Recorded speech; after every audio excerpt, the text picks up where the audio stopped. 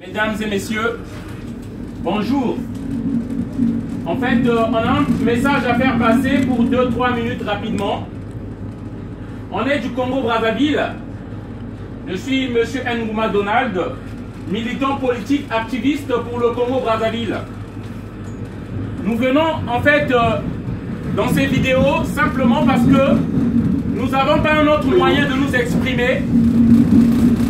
La télévision, les médias français ne permettent pas à ce qu'on dise ce qui se passe en Afrique. Ils déforment les informations par rapport à ce qui se passe en Afrique. C'est pourquoi on est obligé d'intervenir avec ces moyens-là, dans les métros, dans les transports, pour édifier et éveiller les consciences. Voilà. Alors, comme je disais, je suis du Congo-Brazzaville, un pays de 4 700 000 habitants à peine. Un pays très riche, on a de l'or, du pétrole. Mais le problème, c'est que les Congolais immigrent en France. Nous devons toujours savoir, il y a deux raisons pour que les gens immigrent. Soit l'instabilité politique ou économique. Et pourtant, le Congo n'a pas ce problème-là, n'a pas l'instabilité, n'est pas pauvre en fait, voilà. Mais pourquoi on se pose des questions, on vient toujours en France. J'aimerais vous expliquer. Il y a un problème qu'on appelle la France-Afrique. La France-Afrique, ce n'est pas juste une relation entre la France et l'Afrique. Aujourd'hui, la France-Afrique, c'est un réseau dominé par des criminels. Les criminels en cravate, en costume. Oui, on ne parle pas souvent d'eux. Jean-Yves Le Drian. Jean-Yves Le Drian, le ministre des Affaires étrangères françaises, est celui qui alimente ce réseau-là.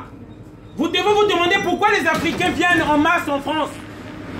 Nous venons en masse simplement parce qu'il y a une oligarchie, une minorité des Français qui organise la misère en Afrique. Une misère organisée. Oui, c'est ça la vérité. En fait, une oligarchie française impose les dictateurs en Afrique. Ils leur donnent des armes. Voilà, ils viennent s'imposer au pouvoir et maltraitent les gens.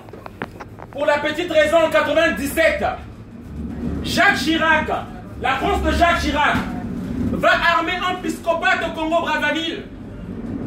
En 1997, ce monsieur, c'est Denis Sassou Nguesso, qui vient s'imposer au pouvoir et tue les Congolais. La même chose qu'ils ont fait en Côte d'Ivoire pour Ouattara. Et c'est une honte pour la France d'accueillir M. Ouattara ou Ali Bongo en France. Ce sont des gens qui ont mis tous les opposants politiques en prison. Comme je vous ai dit en 97,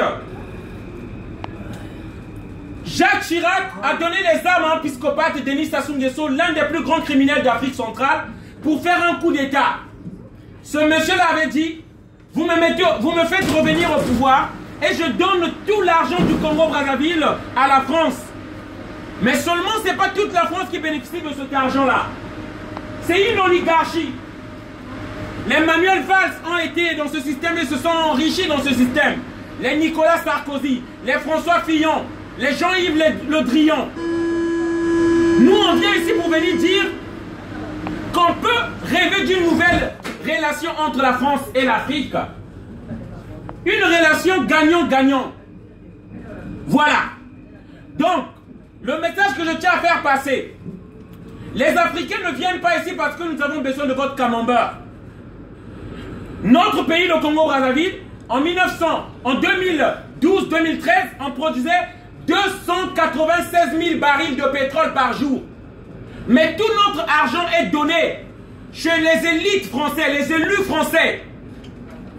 Le français lambda donne son vote aux élus qui l'utilisent. Une fois qu'ils ont le pouvoir, ils prennent les armes et ils donnent aux dictateurs africains qui en retour leur donnent des mallettes d'argent. Nous militons pour une transparence. Nous militons aujourd'hui pour qu'il y ait des élus qui ne sont pas corrompus en France. Voilà, il faut qu'il y ait une charte de bonne conduite en France et valable pour l'Afrique.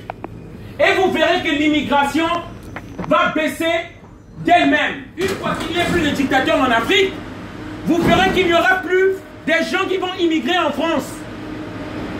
Voilà pourquoi nous venons militer ici pour éveiller les consciences. Ce sont les dirigeants, les élus français qui organisent l'immigration en Afrique en nous imposant des dictateurs. C'est eux qui placent les présidents, autrement dit les préfets, leurs préfets en Afrique. C'est le même cas qu'il y a eu en Côte d'Ivoire, au Gabon, au Congo-Brazzaville. C'est le même cas, ce qu'ils font encore au Cameroun. Tous les nationalistes, ceux qui aiment leur pays en Afrique sont tués, comme les Thomas Sankara, comme les Oumniobé au Cameroun, comme Lumumba en RDC. Et comment voulez-vous que ces gens-là qui ont voulu que leur pays avance soient tués et que les pays avancent?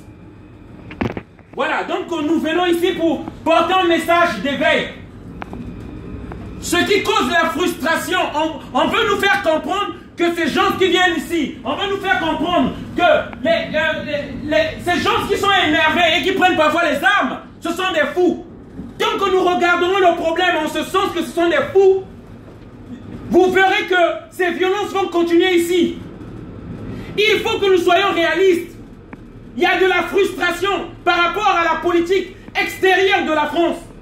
Chez moi, il y a de la frustration en Afrique. Et il est temps qu'on change cette politique pour au moins déjà diminuer le nombre des attentats. Il faut que la France change de politique. C'est ça la vérité. Voilà. Donc, excusez-moi d'avoir un peu crié, de vous avoir importuné. Je vous souhaite tous une bonne journée et merci encore.